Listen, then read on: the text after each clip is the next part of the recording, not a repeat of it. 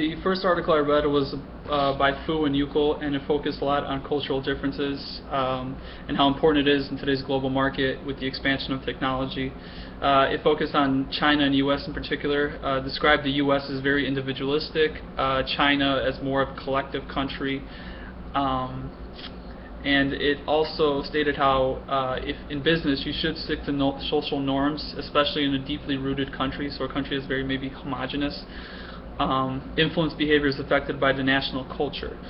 So the U.S., they use a very direct approach overall, I guess, in their persuasion. They use rational persuasion as an influence tactic, and China uses more of an indirect influence, third-party approach.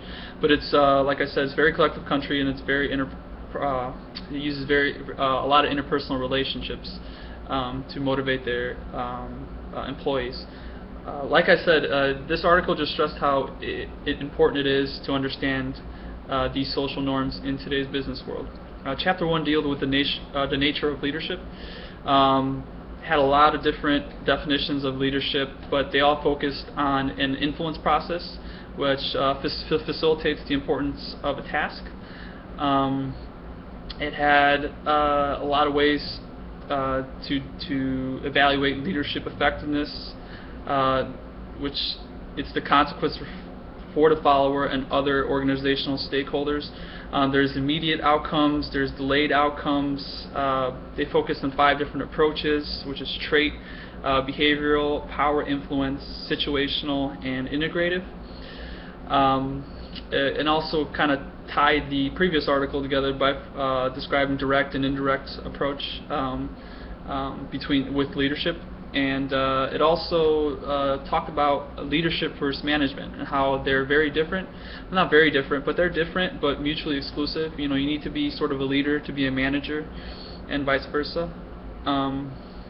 Like I said, there's different levels to analyze leadership approaches. They talked about an individual level, a group level, an organizational level. And these leadership theories that they described in this chapter are more prescriptive rather than descriptive.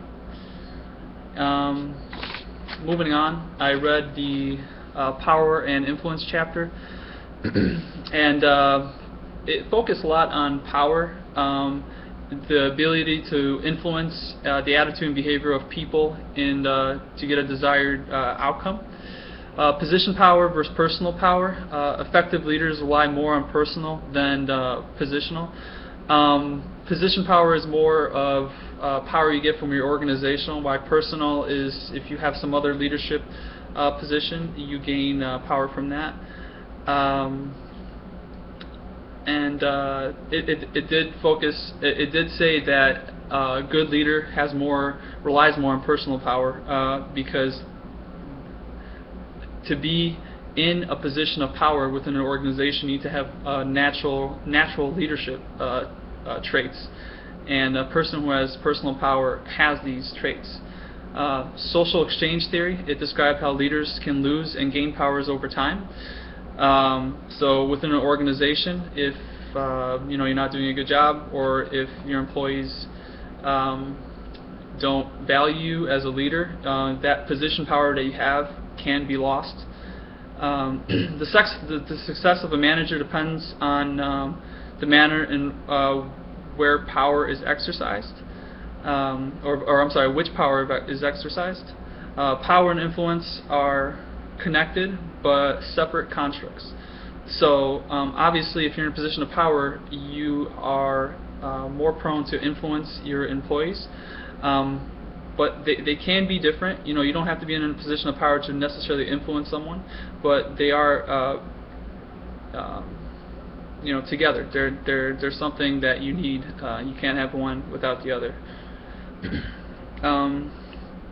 The last chapter I read was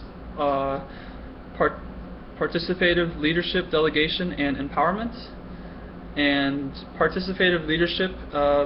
The definition, manager encourage and facilitate participation by others by making decisions. Involving others to make decisions in an organization will make people in the organization feel more involved, and thus making the decision more accepted. You know, if someone makes a decision within an organization, if you're a leader, and if you make it by yourself and without the consideration of your employees, you know, they may not like it, and then they may resent you, and that could have a trickle effect. It only works if manager and employees are relatively on the same page.